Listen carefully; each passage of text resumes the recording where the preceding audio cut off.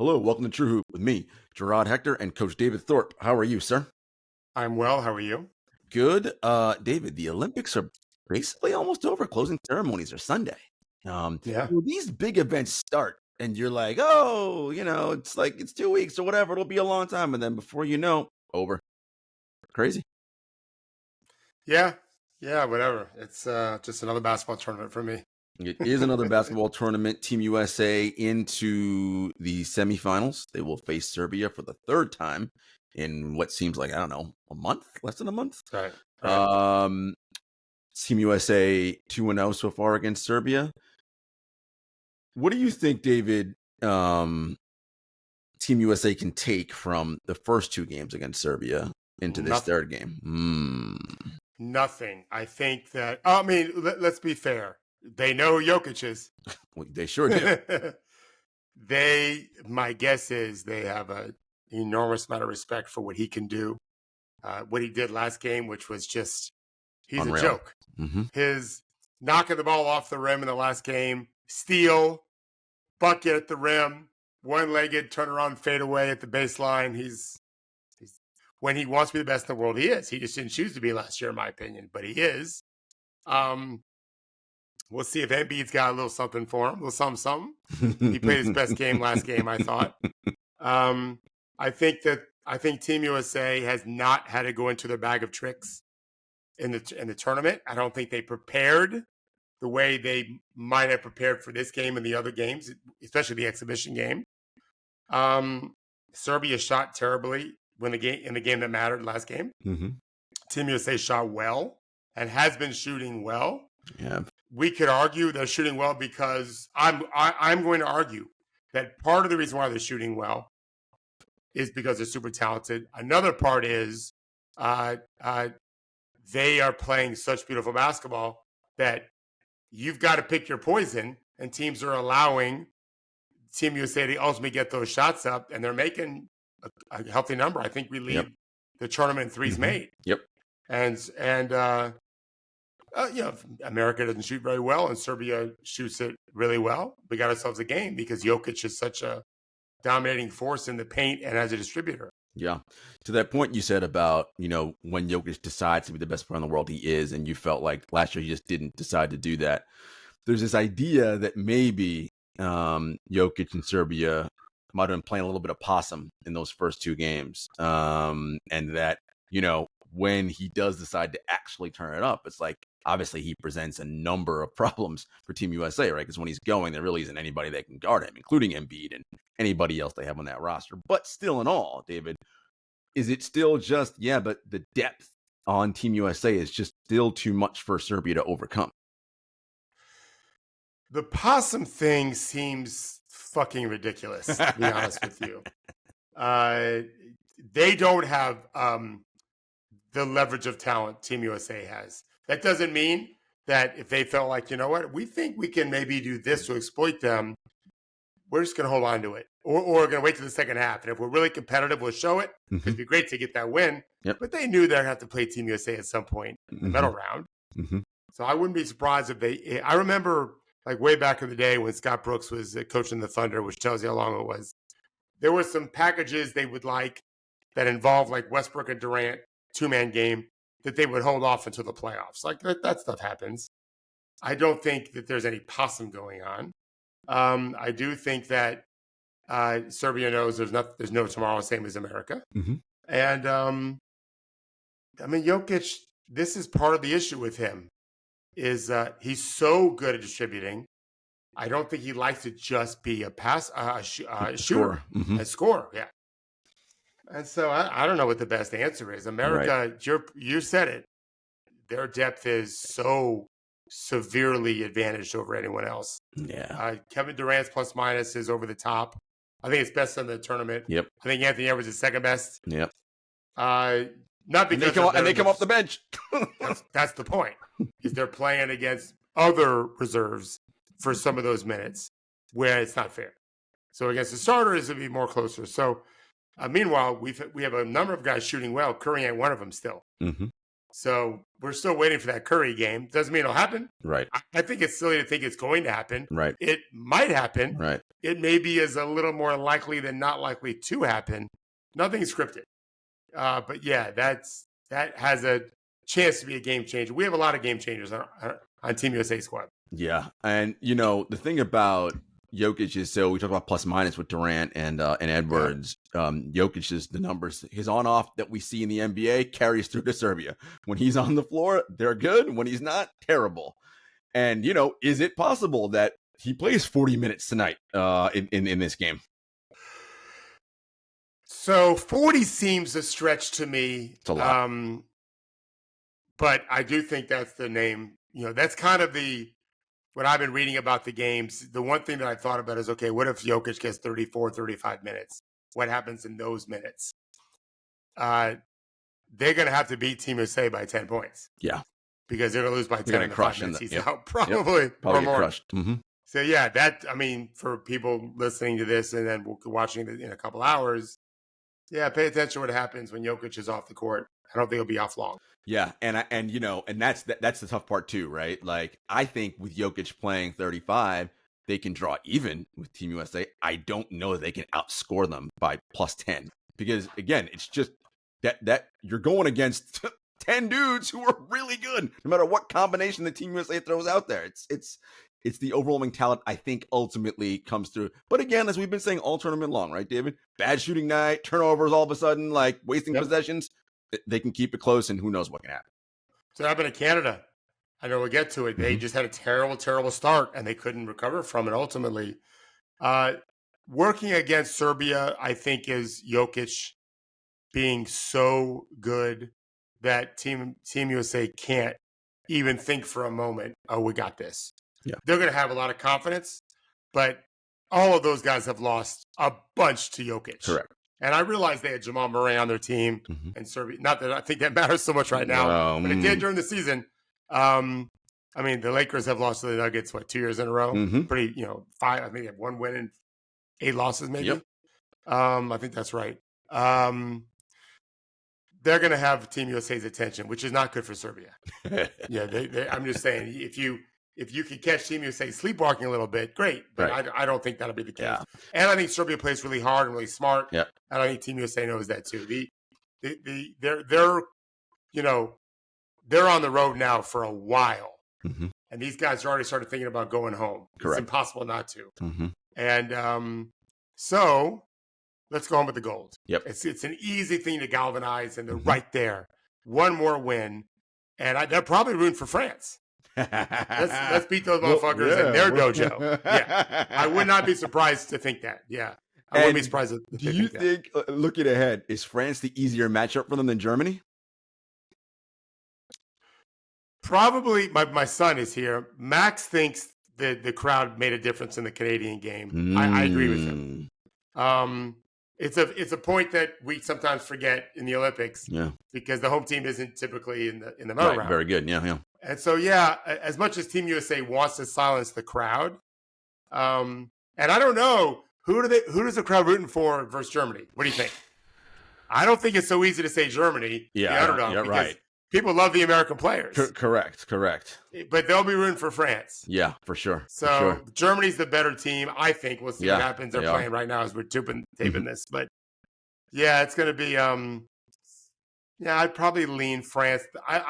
I tend to think less about crowds against pros and think more about talent. And so, come on, LeBron and Curry and Book, these guys have seen everything. Durant, it's just, they should be fine with some wine and cheese crowd Parisians.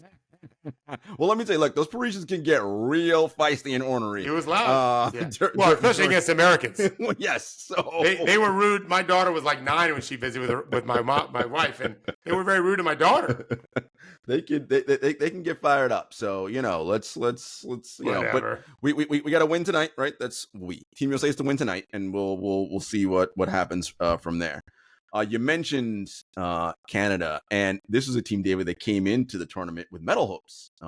They went to the gold medal game in the FIBA World Cup last year. Was that last year? Lost the bronze medal. Won the bronze medal. Yeah, won the bronze medal.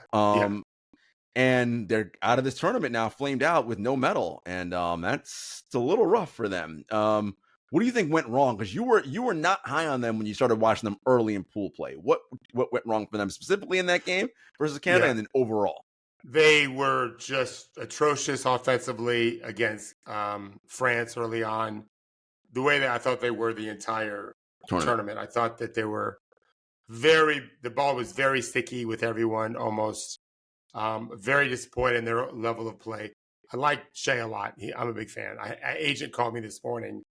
He was in Paris watching his clients play, and he saw Shea at a restaurant and went and talked to him. And he said, God, I just forget how big he is now. He used to be tall and skinny. Mm-hmm. He's a strong, strapping dude now. But they didn't have enough of those guys. I thought they played selfishly. I thought they played inconsistently in terms of motor.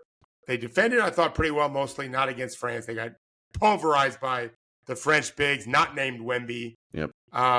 Fournier lit him up, including, I was telling my son, he missed a big three to ice the game.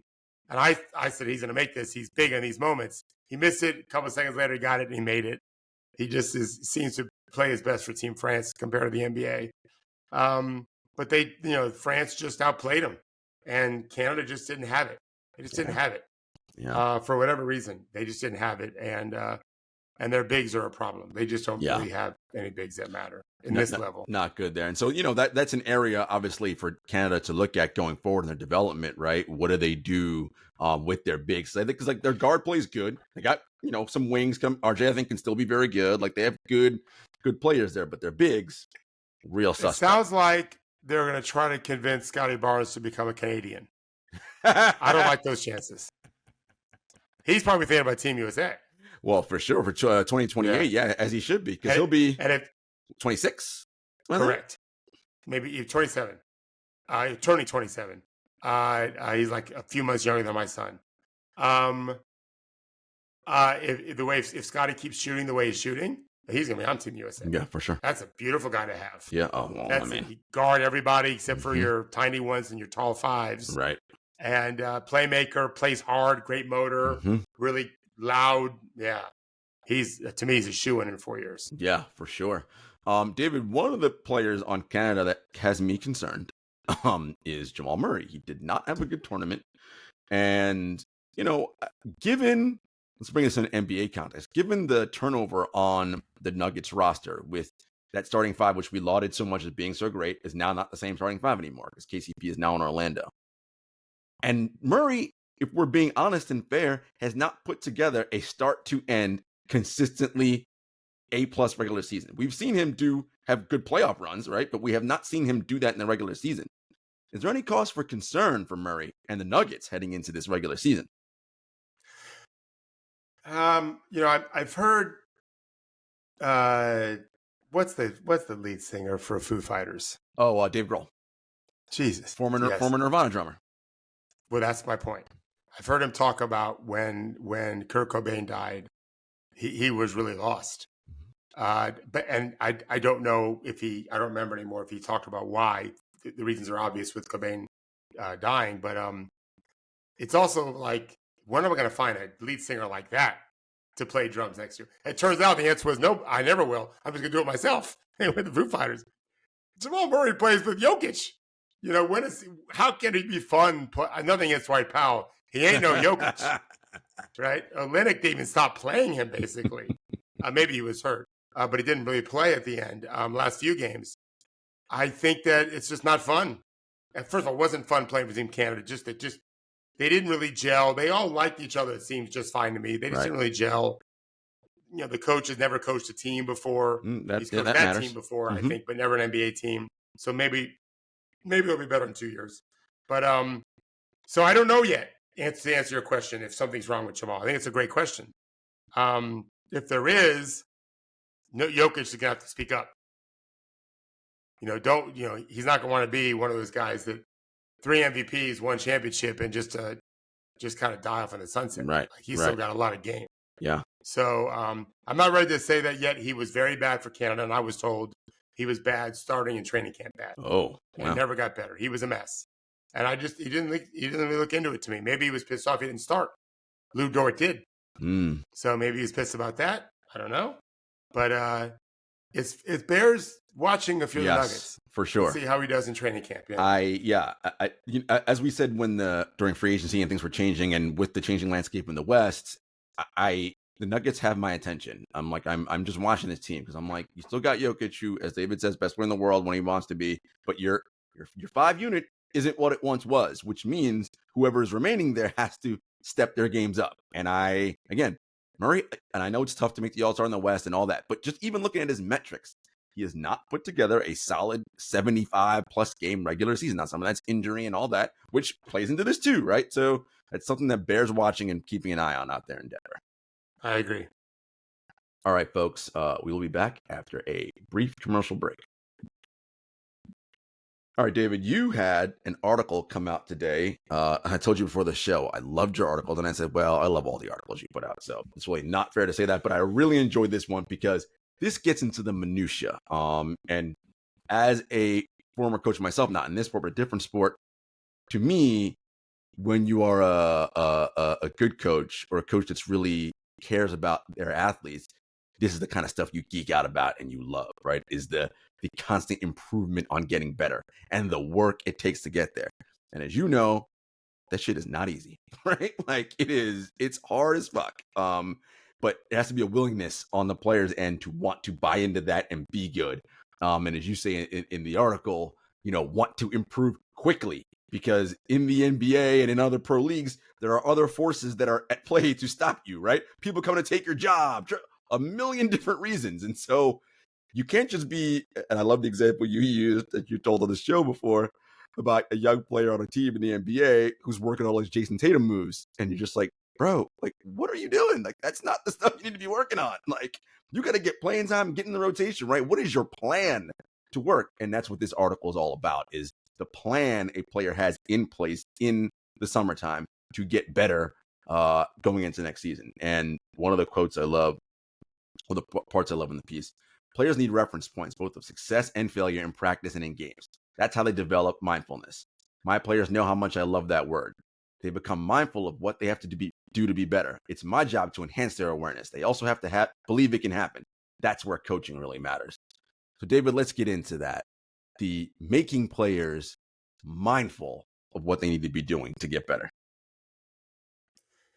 I mean, that's everything to me. You're going to laugh when I tell you this, and maybe I haven't said it before. I've mentioned many times before, the golf instructor, Harvey Penick, really inspired me to write my book. And when I read the book, I was a young coach and was kind of putting my curriculum together, but I recognized the way that Harvey Penick, in one of his chapters, he a lot of his chapters were 1 or 2 pages, just like my book. My second book will be the same. It was something like he had to tell a player, when you don't hear me talking, it's not like I'm not looking. I just don't need to say anything right now. That definitely was something that rang true to me. I didn't, even at an early age, I realized I shouldn't. I coached louder in games than I do in practices in terms of them talking more. In practice, you got to let them figure some out stuff and let them process stuff. So I feel like Harvey Penick influenced me, but my other big influence, I'm going to give you one guess. I'm going to help you. I'm going to help you with 2 hints. He didn't coach basketball. Okay. And you're going to laugh so hard when I tell you this. He didn't coach basketball and it's not a real person. It's a character from a very famous movie. A movie? God. Yeah. It wasn't even a team sport. Is the movie Tin Cup? Who was the coach? Cheech? I've never smoked a joint in my life or anything else. No, not Cheech. Although I love him in that movie. That's funny.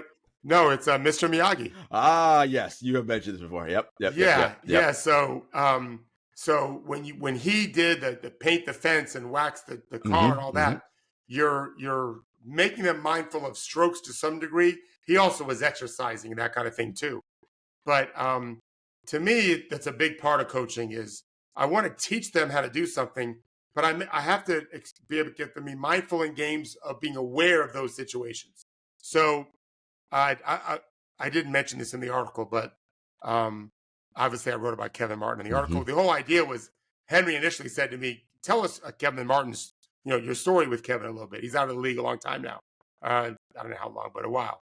And then it evolved into more present day stuff too. But Kevin once said to me, maybe in year 4 or 5, he was scoring 25 a game.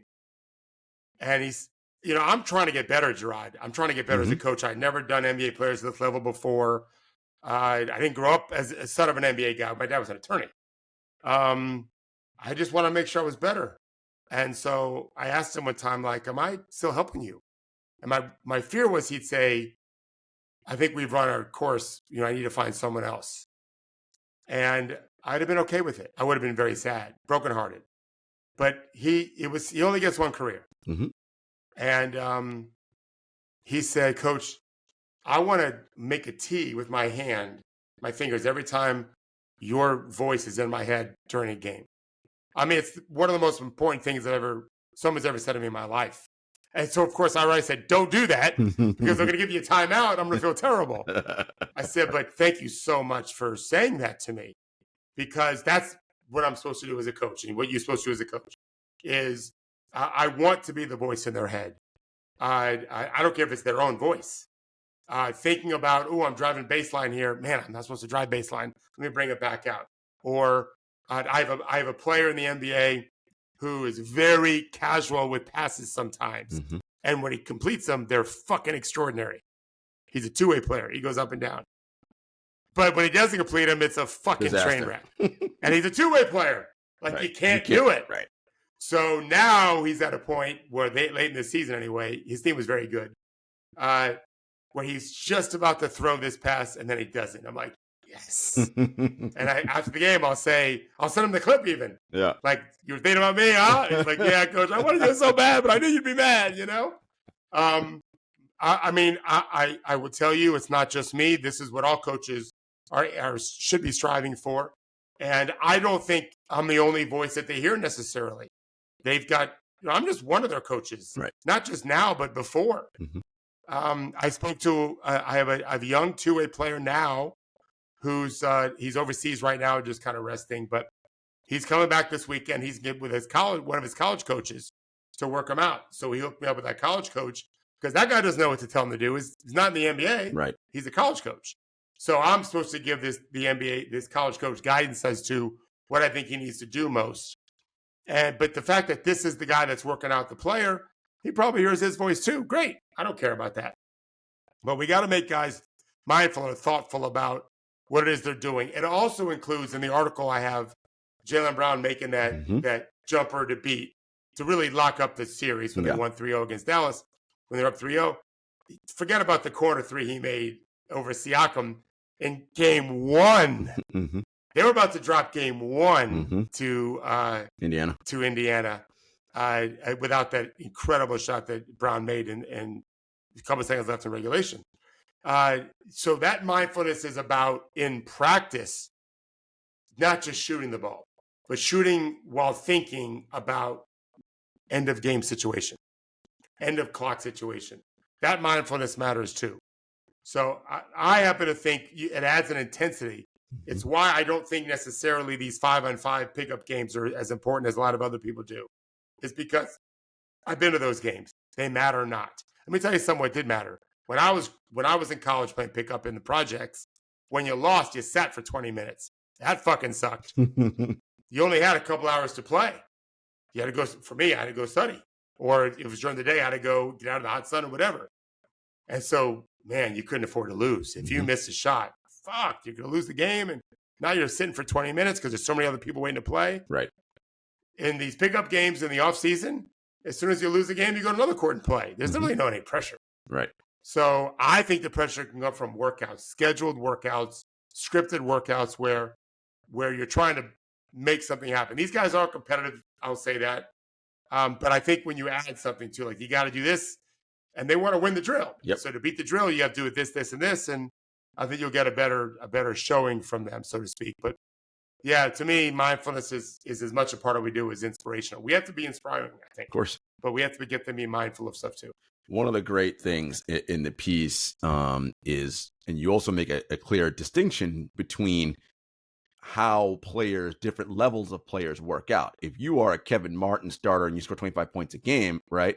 Your workout's going to be different than guy year 1, year 2, who needs to improve skills, but he's also battling for rotation time. So you even structure their summer workout differently, right? So early in the summer, it's let's work on those skills you got to get better at. I always think of that player who you mentioned, I got to get better at ball handling. When's it going to come? You're like, in 4 years, right? So you work on all that I said stuff. that yesterday to someone. Yeah. You work on all that stuff in the beginning of summer. And then as we get closer to training camp, it's, you ain't going to be doing a whole lot of dribbling anyway. You got to stay in the rotation. So here's what we need to work on. Your tip trails at the rim, all those various things, and structuring your workouts that way. Go a little bit in detail into that and the importance of, yes, skill improvement, but also what's going to keep you on the floor. Right. So let's just imagine you're a rookie with the Dallas Mavericks. I don't even know who they drafted this year. I don't think they drafted him in the first round. But let's say they did. Going to Summer League, you want to show that you can score. Maybe if you're a guard wing, be a primary ball handler. Mm-hmm. And so if I had a player like that prior to Summer League, we'd be doing scoring moves and things. But now you get back in August, Summer League's long gone. What's next is vet camp. Okay, so you're not going to be allowed to dribble the ball more than a couple of times. And you make shots. That'd be great. Probably not going to do it, but try. You're a rookie. Let's rebound our asses off. If you're a big wing, get on the offensive glass. If you're not a big wing, get on the defensive backboards. Take care of that. Don't turn the ball over. Don't fucking turn the ball over. Be able to guard your position, all that, what that means. I heard Hayward talk the other day about being a white dude. In this league, you're going to get targeted. So is every rookie, no matter what skin color you are. You're going to get targeted, period. And I've coached white players who are not targeted when they show that these players aren't stupid. Right. They're going after the weak sister. Correct. And so if you're not weak, they don't care what you look like. They're going to go after the next person who looks weak. Okay. So you have to get them ready for that and put the other stuff on the side. It doesn't mean you don't. I wrote this. You still want to work on this year round, but you're not working on it with the mindfulness of I'm going to do this in my next game. Because if there's 15 on the clock and you turn down Luka or Kyrie to try to make something happen for yourself and don't score, you're just out of the rotation. Probably anyway. Mm-hmm. If you do score, well, you have another chance to do it. And so at some point, you have to be ready for that. And then it depends on the team you're on, too. But not when you're young. It just the chances aren't great. Humility matters. I was telling an agent this morning, the one that called me when he was just in Paris. I talked about how important these players how important humility is for these players. Because humility allows them to be coachable. It allows them to be guided and advised and moved. I think it's really valuable. And so to get to recognize that what we want to do with you one day is not going to be today. And they all come from, and I may have said this on the show last week, all these guys believe in the speak into existence mantra. And their families do, or their agents do. And I have to tell them, great that you're this way, but so is everyone else. And that there's not an unlimited pool of money. Yeah. So you can say, I had a dad say to me when he saw a player sign a max deal, and I said, I think your son can play like this guy. I wrote that to him, and he wrote back, I think great, thank you, appreciate it, but we're going to be better than him. Well, maybe, but you didn't play at all your rookie year, right. And if you don't play much this year, you might be out of a job. So let's ixnay on the Etterbay, okay? Right? Let's curb your enthusiasm a little bit. And can we earn some rotation minutes in the first and second half of games in 5-minute segments before we start saying we're going to be better than that guy? Mm-hmm. I like the dream, but no, we got to get into what's happening right now every day because we've got to break into rotations. And then we've got to earn more rotation minutes. And then maybe we get to be finishing some games.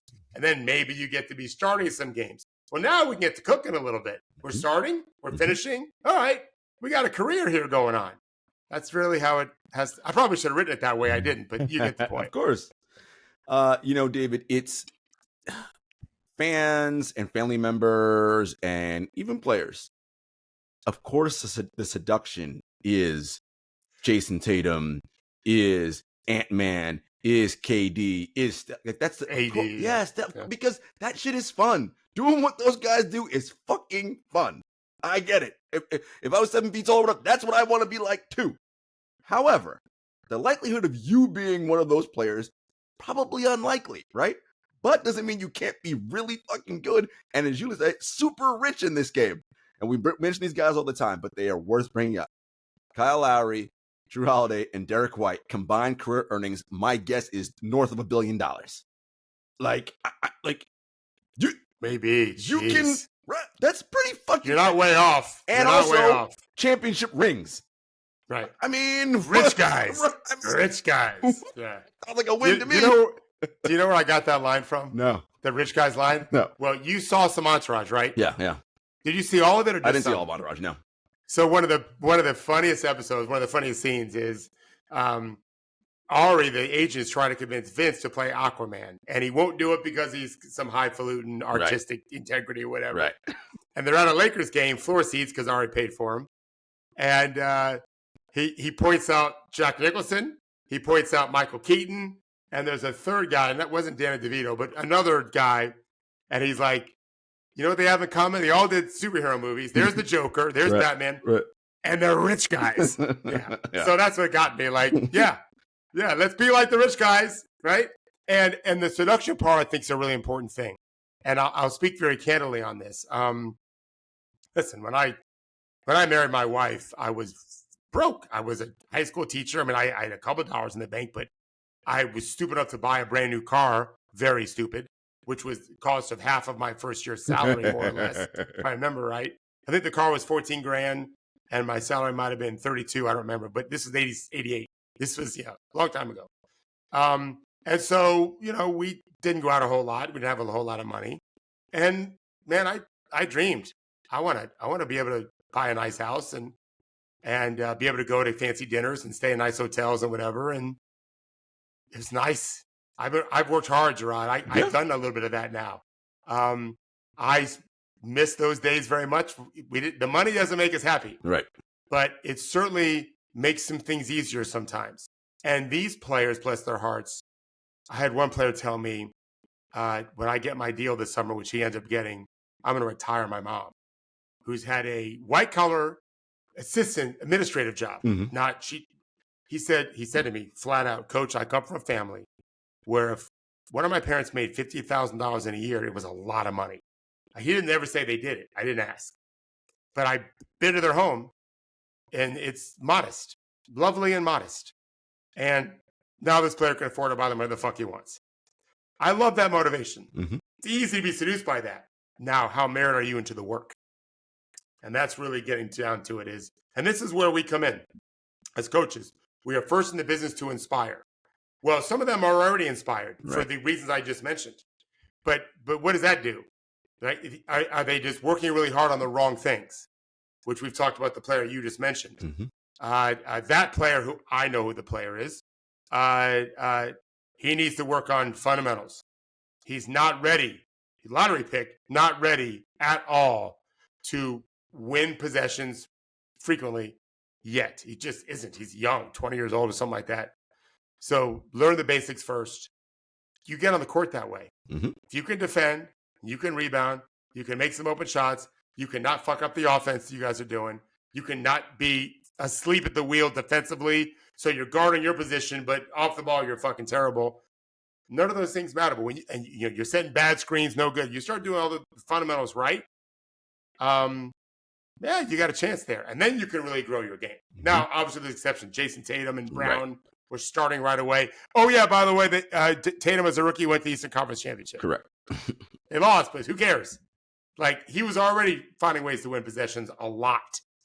It just those are the best of the best. And that's not a strategy for most of these guys. Right. And I think, and Kyle Lowry wasn't a strategy for him. Nope. Mike Conley didn't play a lot his first year. He's still playing. Drew Holiday was okay as a rookie, not great by any stretch. He was young. Derek White. You got to work at it, man. You got to be both patient and very hungry at the same time. Yeah, no, and those guys are success stories. I mean, really, there's more than one path here. And again, on a team, there's more than one ways we talk about all the time to win possessions, right? Like, if you're not going to be a team only has one or two guys like Luka and Kyrie. They get to do the bulk of all the scoring, passing, ball. Great. But there are a million other things to do to help your team win possessions. And Jason Kidd needs 3 other dudes out there on the floor. Figure out what those those other things are, and be one of those guys, right? Like, you can do that. It's possible. And make a shit ton of money and win. And being a first-round pick definitely gives you so much more leeway.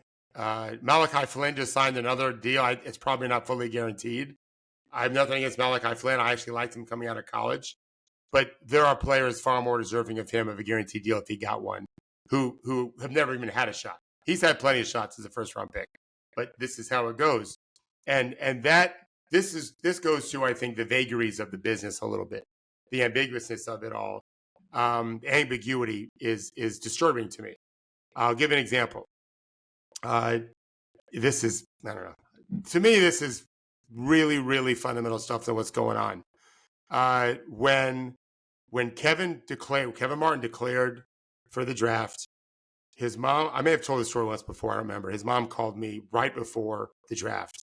He had stayed in the draft because people thought he would come out of the draft. And she said, Marty Blake, there was a quote in it. I never talked to his mom before, ever. I talked to his dad all the time. Remember, he had been with me for 2 years in college, 2.5 years before the draft.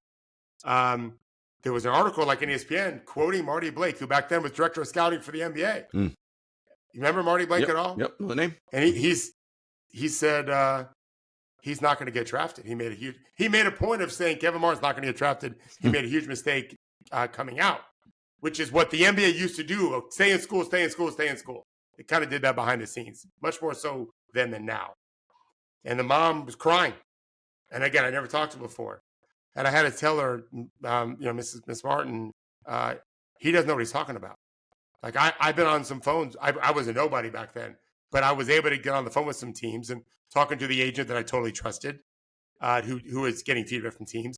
We absolutely thought it was possible. And he didn't want to go back to school anyway. So, but I thought, boy, that's really, this guy's the guy. And he's saying he definitely not get drafted. And he's saying drafted, period, much less second round. Right. And back then, second round meant Europe. Right. Almost always. Not always, almost always. It's different now. Way different now with two ways, too. And then, and this is the most important thing, and it's every word I'm telling you is the truth. There was a writer, I want to say it was for the Asheville Citizen-Times, named Tyler Good, who's still alive. He was young, so no surprise. And it's Asheville because Kevin played for Western Carolina, which is why. Correct. That was the closest paper to him. Maybe Cullowhee had something. Cullowhee, North Carolina is where the city is, the campus is. Tyler called me. Man, I've not said Tyler Good's name in a long time, but I really love this guy. He called me and said, can I get a quote from you about the draft tomorrow? I said, yeah, what do you need? And remember, I'm not well known. Udonis had played 1 year at this point. And I didn't ever talk about Udonis publicly then. I wasn't even at ESPN then. He said, I just talked to the head coach who said he's definitely not getting drafted. And I want to get your opinion. And I said, well, if you write that, Tyler, he's not going to get drafted. He's like, what do you mean? If that's the truth. I said, what truth? Yeah. It's tomorrow. This is the future. We're trying to predict the future. Right. I said, this guy, the head coach who I was friendly with, is so upset that Kevin left early that he doesn't want him to get drafted.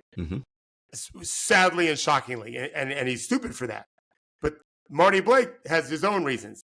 But the reality is we think he's going to get drafted. And we think he's going to go in the first round. Not for sure, but I thought so. And he even mentioned Sacramento as a team that I thought was likely to take him because I heard he made 88% of his shots or something like that in the workout, which is stupid in itself. But that's the story I was told. Is he had the greatest shooting workout that point that the Kings had ever held with that current regime. I said, but Tyler, if anyone listening to this, reach out to Tyler Good. I think he's still writing. Maybe he's not, but he's on. I've seen him on Facebook. You can reach out to him. He'll verify this. I'm sure of it because it's the truth. I said, if you write it, he definitely won't get drafted because it's get aggregated. Hoops hype was around then. And every team has some intern checking. You always want information. Right. Well, they're not going to realize the head coach is just being cruel and sadistic. Right. They're going to think, well, why would he lie? You can't go back to school. So it must be true. So why would we draft him? We'll just get him and invite him to Summer League, which is all you would do back then. Right. There were no two ways, nothing. So I said, if you write it, I'm telling you. He's like, well, but that's the quote. I said, Tyler, I'm asking you as friend to friend. If you write that, you will ruin Kevin's chance of being drafted first round. If I'm wrong, meaning you don't write it and he doesn't get drafted, you still can quote Steve the next day saying this is what Steve expected. And you can write that I'm delusional. Right. That his personal coach was delusional. But if he goes in the first round, you'll know for the rest of your life you didn't fuck him up. You didn't help him. Right. You just didn't hurt him. So he called me when Kevin got drafted and wanted a quote, and I gave him whatever. I'm sure there's an article out there with a quote from me, 100% sure of it. I probably talked about generational, like it's going to impact generations of Martins because that's how I used to feel back then and still do. And then I said, hey, by the way, how did Steve, the head coach, react? He's like, I called him. And he was very honest. He said, when he got drafted, I was with my wife. And the first thing I said was, oh, shit. That's a quote. That's exactly what he told me. And meanwhile, Kevin doesn't have a relationship with that guy because he should have known. Right. Even if you believed it to be true, don't say it. Right. And my point to you, Jarod, is how loose all this is. So I tell players, I talked to 2, 3 yesterday, all in similar spots of trying to get more rotation minutes this year because they're low-end guys. And they're not with me right now. I'm not doing any training right now. I'm just helping other people. I'm like, you have to crush skulls. Every game, every practice in vet camp is the Super Bowl. And that means you have to do that now, right now, not every single day because you have to rest your body some. So Mondays and Tuesdays, we tend to be mild intensity days. Thursday, Friday, balls to the wall days. That's typically what I recommend, but the coaches do what they want to do. But you have to feel that urgency now if you're going to be able to bring it consistently in September. And if you don't do it in September, it's very hard to crack any rotations unless you're like 10th man and they play 9. Yep. If you're a 12th man, well, you're in the G League. Yeah. You have to hope for injuries and trades and that kind of thing. So this is how loose it all is. It's all so like guys who are making so much money right now were just they got lucky. Someone got injured that played their position. They played well. The rest is history. Who was the guy? Lou Gehrig. Who was the one that played a million games? No, what Lou Gehrig? Who was the one that played because someone got hurt? Wasn't Gehrig? And he had the huge record of innings. Was it Yastrzemski? No, it was Cal Ripken, maybe. I'm forgetting. Ripken had the streak forever. Yeah, so whose streak did he break? Someone will know this. So the person whose streak he broke, I'm an old man. He only played because some guy sat an inning and never got back in the lineup. Like, you need that luck sometimes. You do. You got to take advantage of it. And so our job as coaches, too, is to inspire them every day. You got hope. Hope is a good thing to have. It's not a strategy. Correct. You've got to work and know you're going to get your chance. And so that's what we have to do. And we have to get them to buy into the work and buy into what kind of work to help them best when they get their chance. Yeah. And when it's their turn and there's opportunity, when vet camp starts and training camp and all that, David, their effort not only has to be witnessed by the coaches, the veteran superstars on the team also need to see it, right? Because if they are like, damn, who the hell is this pest that is guarding the hell out of me and won't let me move? Because the hope there is those guys with influence can say to the coaching staff, look, man, we got to find a way to get this guy some minutes because he can play. I wrote that for a reason. I've heard those stories even recently, very, very, like in the last 2 weeks, both in the Olympics and during the season, where stars are saying, coaches, you got to play this guy more. Coaches know where their bread's buttered. Yeah, listen to your stars. Keep a star player happy, you got there's a reason Rick Carlisle is not in Dallas anymore. Also true. For whatever reason, Luka didn't like him. And it's amazing considering how they play, but he doesn't want to play that way. Right. Luka likes the ball in his hands all the time, so maybe not so amazing. You got to keep the stars happy. That's the way it goes. They get paid so much money. So yeah, that's a good way to get in the rotation. Didn't used to be that way. Whether it's defense, could be rebounding, could be screen setting, could be playmaking for me if I'm the star, or I can play for others and I can take some rest. Like there's lots of reasons, but yeah, you gotta. I mean, I definitely tell the players, you got to make the stars feel like they got to feel you on the court and want you on the court. That'll help your cause a lot. Folks, I hope you really appreciate these last 25 minutes of like really in-depth stuff you got from David here. This is stuff that not only happened to players in the past that he's worked with, but it's happening right now, like today, right? Like this. So all your favorite teams and whatever, all those young hopeful draft picks you got, and you're so excited, you better hope all this stuff is happening. Because if it ain't, likelihood of them making any kind of impact is slim to none. Definitely go on troop.com. If you're not subscribed, you should be by now, and read that article from Dave. You'll get even more nuggets and nuance about the importance of having a plan and mindfulness and getting players getting ready to a point where they can contribute in a variety of ways to get themselves on the floor. It's really good stuff. All right, folks. No, you got something, David? What is it? Yeah, I want to just jump on that a little bit regarding the plan, because I haven't really, I don't even know if I did a good enough job in the article about it. But the plan of, okay, I've got to really target ball handling. I've got to target finishing at the rim. Obviously, shooting goes without saying, but don't just work on your game. That's too basic. Be specific and guide it towards what I'm going to be able to do this year. I just watched a player train today, just now. I guess why we were late taping our show, as you know. He's a high-level college player. Well, he's not high level now. He's going to be. The team he's on, he's the best player. So when I watched him work out, I mentor his coach too. Normally, I would never interrupt a workout, but they were there for me to watch it. And so I told his trainer as well as the player, like, you got the green light. You're going to average 20 a game this year. So when you're doing this, and this, shoot the three here, shoot the three here, shoot the three here, because they'll let you do it. Now, if he transfers next year to North Carolina, maybe not. Like, depends on what his role is. So that role matters, and what you're doing as part of your daily work putting in, because you should work on stuff in practices, which you'll do mostly in games. It's brilliant. And again, David mentioned Jaylen Brown, and he mentioned Tatum. You remember early in their career, and David talks about this in the article, Celtics fans were incensed and enraged at their poor ball handling. So true. Like, enraged. Yeah. Well, worked out pretty okay. Right? Like, it takes, as David says, I love the example, 4 years will get better at it. Look, man, it takes time to get good at this shit. Like, it really does. But now you see, right? Brown was able to do that amazing thing. I love the part about the freeze fake. David, when you're coaching freeze fakes for a player, do they, when as part of the freeze fake, are their eyes looking up at the rim to get the player to potentially jump off? So as they catch, they freeze. Then your eyes look up. That's what we teach. I don't even know if defenders see it, but we're trying to give the impression that we're shooting it. So an actor, when he's acting, he's trying to inhabit that space A to Z, right? Toe to scalp. Same thing in this. When we're freeze faking, we're trying to convince this guy that we're faking. So he jumps, which makes my job really easy. If he stays home expecting that it's a fake, well, now I can beat him with my shot before he reacts to it in most cases. So I win either way. I've got to get him rooted to the ground, which I called it. I named it.